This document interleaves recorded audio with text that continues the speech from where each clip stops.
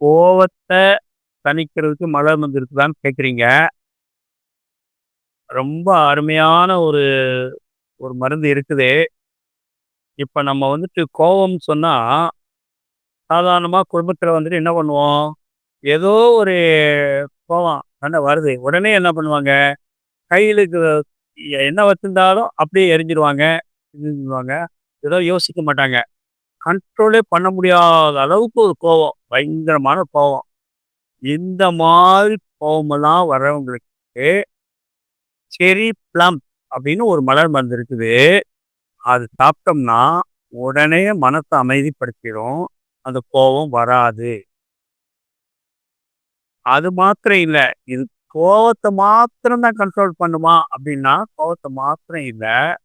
எந்த ஒரு விஷயமா இருந்தாலும், ஒரு நம்ம கண்ட்ரோல் பண்ண முடியல. இப்ப சப்போஸ் இங்க இருக்க பாத்ரூம் ஒரு 4 அடி தூரம் தான்.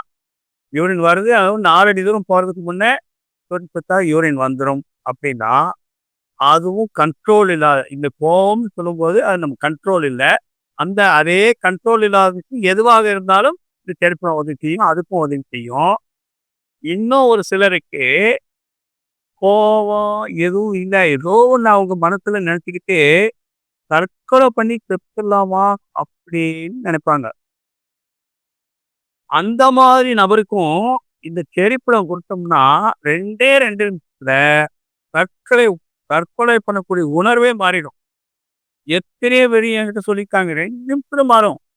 இது பெரிய விஷயமே கிடையாது. இவ்வளோ பெரிய அற்புதத்தைலாம் செய்யும். அது மாத்திரம் இல்ல.